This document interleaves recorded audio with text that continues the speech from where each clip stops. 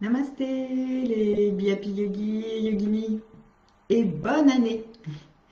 Voilà une bulle de Bihapi Yoga pour bien commencer l'année, puisque je vais vous parler de ce que c'est que le Sankalpa. Mais avant cela, avant de vous parler du Sankalpa, de ce que c'est et de ce que ça peut vous apporter, je vais d'abord vous souhaiter la meilleure année possible pour vous dans la paix intérieure. Et c'est ce qui est le plus important, hein, pour pouvoir traverser toutes ces tempêtes du moment, de rester centré à l'intérieur de soi. Donc voici les vœux que je vous souhaite. Donc je vous souhaite tous ces bonheurs pour une année 2022 pleine de paix intérieure. Je vous souhaite de vivre l'instant présent comme si c'était le plus beau moment de ton existence. Je vous souhaite d'habiter votre corps avec respect, d'apprendre à l'aimer et d'apprendre à t'aimer à ta juste valeur. Je te souhaite de fermer les yeux, d'écouter les signes qui sont envoyés par ton corps et ton esprit. D'observer tes pensées et de donner un espace à tes émotions. De déployer ton attention afin d'accroître ta conscience sur les beautés qui nous entourent. De te libérer des relations toxiques et de laisser place à l'amitié sincère. De lâcher prise et d'ouvrir ton cœur. D'être présent à toi-même et de te réconcilier avec toi. Et de trouver ton équilibre et ta sérénité. Donc je te souhaite à toi qui es là une agréable année zen. Et pour cela, donc nous allons évoquer ce qu'est le Sankalpa. On dit souvent un mantra, mais c'est une petite erreur, je dirais. Un mantra est un ensemble de syllabes que l'on répète, qui n'est pas forcément des mots, qui sont des sons qui ont un impact énergétique sur notre corps, sur nos émotions et sur notre esprit. Ces mantras sont souvent en sanskrit et ils sont répétés comme une litanie pour avoir cet impact sur notre être, un impact, donc, que je disais, énergétique, et qui peut permettre une transformation. Le Sankalpa est une intention formulée pour soi qui commence par je, donc qui s'adresse à son être profond, qui est formulée de façon positive, car le cerveau n'entend pas la négation. C'est très important d'avoir bien ça dans la tête. Par exemple, si on est quelqu'un de timide, on aurait peut-être tendance à dire « Allez, en 2022, je ne suis plus timide. Je ne veux plus être timide. » Seulement, je ne veux plus être timide, ça veut dire quoi? Ça veut dire quoi? Ça, pour le cerveau, ça ne veut rien dire. Lui, il n'entend que timide. Donc, il va continuer à alimenter cette timidité. Parce qu'on ne lui donne pas un cap. On ne lui donne pas une orientation. Qu'est-ce que ça veut dire pour toi de ne plus être timide. Peut-être j'ai besoin d'avoir confiance en moi. Peut-être j'ai besoin d'aller vers les autres. Peut-être j'ai besoin d'être en meilleure forme physique pour pouvoir m'ouvrir aux autres. Donc il peut y avoir plein de chemins pour se débarrasser de la timidité. Et donc pour le cerveau, c'est un exemple bien sûr la timidité, mais pour le cerveau, on va choisir, par exemple, souvent en lien avec la timidité, c'est le manque de confiance en soi, ou le manque de confiance aux autres aussi. Donc on va choisir ce vers quoi on veut tendre pour retirer cette timidité. Donc par exemple, j'ai confiance en moi. Est-ce que dans ta vie, tu as eu un moment où tu as vécu cette confiance en toi, où tu as été fier de toi, de ce que tu as pu mettre en place?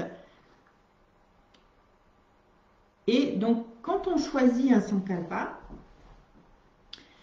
on le formule de façon positive et ça ne suffit pas. Ce qui est important, c'est d'aller se connecter parce que quand on a un objectif, une intention forte comme ça, puissante, qui parle de soi, de son être profond, de ce vers quoi on veut aller dans sa vie, c'est très important. C'est donc ce que je veux dire, c'est que c'est quelque chose qu'on a en nous, mais qui est caché par des filtres, caché par peut-être une éducation, par des expériences de vie, liées peut-être à la petite enfance ou à l'adolescence ou à des rencontres dans nos vies. Et donc, quand on se branche sur son sankalpa, sur son intention, on va aller se connecter à ce que l'on vit quand on vit cette intention. Par exemple, j'ai confiance en moi. On va reprendre cet exemple. On va aller se connecter avec une expérience où on a vécu cette confiance, ou on va, si on peut-être que c'est difficile d'aller se connecter à ça, alors on va imaginer comment je vais me sentir quand j'ai confiance en moi. Comment je vais me sentir. Et on le vit à l'instant présent. C'est ça qui est très important. Et on va aller faire vivre à l'intérieur de soi, aller vivre l'émotion positive qui est en lien avec cette confiance. Donc ça peut être de la joie, ça peut être une sensation d'ouverture, ça peut être une fierté, juste bien sûr. Et quand on est alors connecté à cette émotion positive que l'on a en soi, alors on va aller répéter 3 fois notre sankalpa avec force et conviction. Et on va profiter de certains moments de la journée pour répéter ce sankalpa. Ce n'est pas suffisant de poser l'intention le jour du 1er de l'an. C'est bien, mais ça ne suffit pas. Pour que le cerveau puisse mettre sur votre chemin des expériences, des rencontres, des découvertes qui vont dans le sens de ce sankalpa, il faut le matraquer, entre guillemets, de cette intention, mais pas en le répétant comme ça, mais en le répétant en étant connecté avec l'émotion positive qui va avec, comme on vient de le voir là. Et il y a 2 grands moments dans la journée où le cerveau est absolument disponible à l'entendre. C'est les premières paroles du matin, quand le réveil sonne ou quand vous vous réveillez naturellement, hop, on on appelle son sankalpa, son émotion positive, on répète 3 fois. Et le deuxième moment, c'est le soir, juste avant de s'endormir, on s'endort sur cette phrase positive, qu'on répète 3 fois, avec, comme tout à l'heure, l'émotion positive en lien. Ça, ce sont les 2 moments clés. Mais ça peut être aussi un moment de sieste ou un moment de méditation. En tout cas, un moment où le cerveau est disponible à l'entendre. Vous êtes dans une paix intérieure qui fait que le cerveau l'entend. Voilà. Autre chose, parce qu'on va poser la question, est-ce qu'on peut avoir plusieurs sankalpas? Alors, ça dépend. Oui, bien sûr, on peut en avoir plusieurs. Mais souvent, quand je parle d'un sankalpa, c'est vraiment une intention de progrès personnel dans une dimension de sa vie. Donc, c'est préférable d'avoir un seul sankalpa essentiel, parce qu'il va regrouper plein de choses, peut-être aussi, et de le laisser mûrir, grandir, avancer, expérimenter aussi. Cette confiance en soi, si je reprends mon exemple, parce que quand on est timide, ben, c'est pas évident d'expérimenter la confiance en soi. Et si on donne plusieurs chemins à notre bateau, le bateau, on ne va pas savoir quel chemin prendre. Donc, il est préférable d'avoir un seul sankalpa. Si vous en avez plusieurs, étudiez celui qui est le plus important pour vous aujourd'hui et travaillez sur celui-là. Ça, c'est une piste. La deuxième piste, c'est peut-être prenez le plus simple à travailler. Et ensuite, quand je dis travailler, comment dire, digérer, ingérer, expérimenter. Donc prenez peut-être le plus simple et peut-être vous pourrez passer au plus grand, au plus vaste dans un deuxième temps. Et ça permet aussi d'expérimenter. Autre chose, si vous voulez encore plus impacter votre cerveau, je vous invite à écrire joliment votre sankalpa, à la main si vous aimez écrire à la main, ou le mettre en scène, si vous n'aimez pas écrire, mettre en scène avec une écriture de dactylo et avec des images, des dessins qui représentent cette intention. Faire ce travail de vraiment d'affiner ce vers quoi vous voulez aller. Et le mettre dans un endroit où vous le voyez souvent. Ça peut être sur votre table de nuit, ça peut être sur votre frigo, ça peut être sur votre bureau, à côté de l'ordinateur, même à plusieurs endroits. Parce que quand vous voyez cette phrase, hop, le cerveau, encore une fois, l'imprime. Et donc, vous faites un ancrage de ce désir, de ce sankalpa, de cette intention forte. Voilà, donc je vous ai un peu exposé tout ça.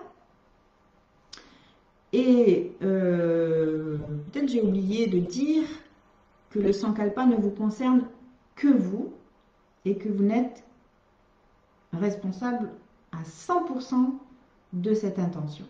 C'est-à-dire que ça ne dépend pas de l'autre. Absolument pas. Ça ne dépend que de vous. Donc, je vais vous inviter maintenant à vous mettre dans un état de méditatif, un état de paix intérieure en tout cas, juste un état de paix intérieure. Vous installer en posture assise sur une chaise, au sol, comme ça vous va bien. L'essentiel, c'est d'être bien installé, confortablement installé, ne pas être gêné par votre posture. Vous posez les mains sur les cuisses. Si ça a un sens pour vous, pouce index en contact. Vous fermez vos yeux. Et vous rentrez dans votre posture bien stable sur le sol. Sentir la colonne qui se redresse. Les épaules éloignées des oreilles. Les oreilles des épaules. Le visage est serein, souriant. Le front lisse et l'espace entre les sourcils détendu. Dans cette posture bien stable entre terre et ciel, vous observez votre respiration, douce et naturelle.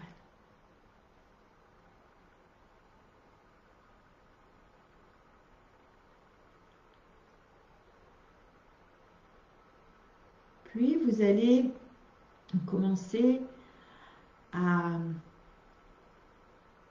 amener à votre esprit votre désir de progrès personnel, votre désir d'amélioration d'un comportement ou d'un changement dans une habitude qui est importante pour vous, pour votre santé, pour votre mental, pour votre santé mentale, psychologique.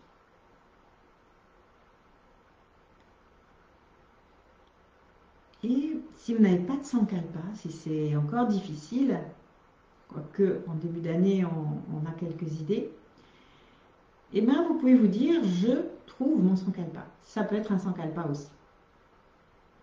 Et un matin vous allez vous réveiller avec votre Sankalpa. Et cherchez à le formuler, qui commence par je, donc ça peut être je suis, j'ai, je trouve, et pas du tout je désire, je souhaite, j'aimerais bien. Je est un verbe au présent qui n'est pas dans le souhait, mais dans ce que je vis, comme si je le vivais maintenant, ici et maintenant. Dans mon exemple, c'était j'ai confiance en moi maintenant, même si ce n'est pas le cas pour maintenant. Tout à fait.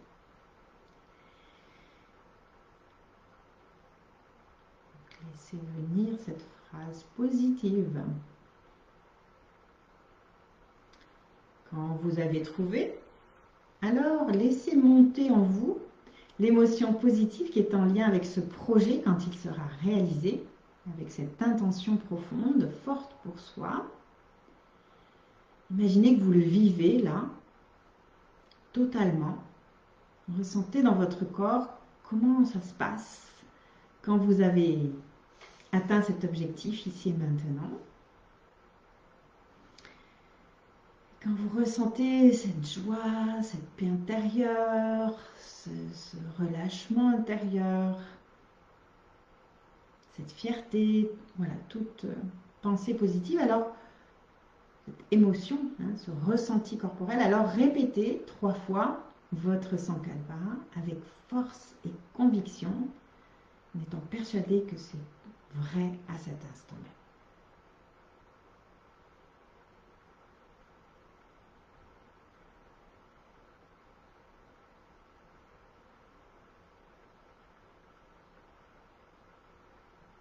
Et vous pouvez même le voir écrit. Je, et vous continuez la phrase.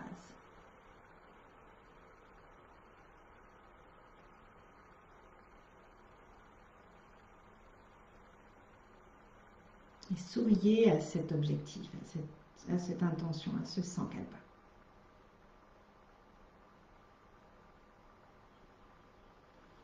Prenez une grande respiration, comme si vous imprimez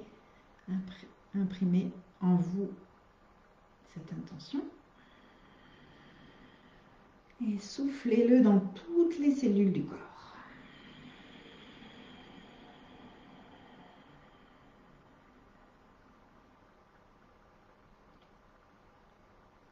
Voilà. Donc tout doucement, vous pouvez Maintenant, revenir ici et maintenant. Ouvrir les yeux. Et voilà. Donc,